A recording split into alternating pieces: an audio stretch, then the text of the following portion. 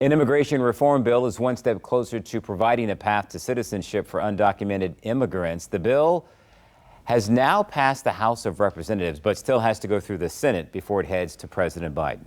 News 3 reporter Antoinette Delbel spoke with an undocumented immigrant who is hopeful and says now is the time for action. Honduran immigrant Ninfa Amador is living out her American dream, but her legal status putting limitations on opportunities like financial aid for college. A real hardship and heartbreaking at times. Amador is undocumented, her family fleeing Honduras when she was 5. Now at the age of 21, some hope for these so-called dreamers, immigrants who came to the U.S. illegally as children.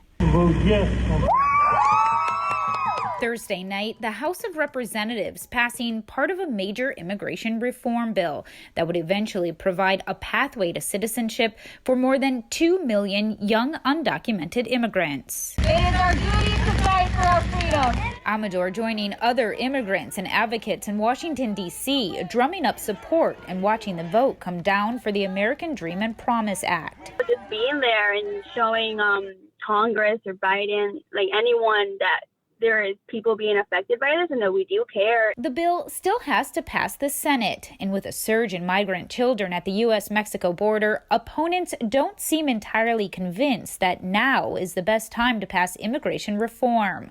But Amador remains hopeful. Being in this country that we are in that, is known for its liberties, that way it shows that the government doesn't really care about these individuals, even though they contribute to the economy, to the communities.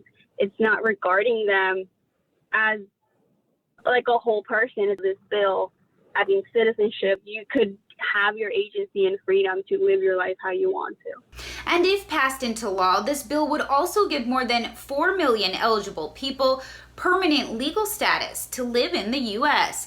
Either way, Amador says she'll continue pushing for broader immigration reform. Antoinette Delbel, News 3.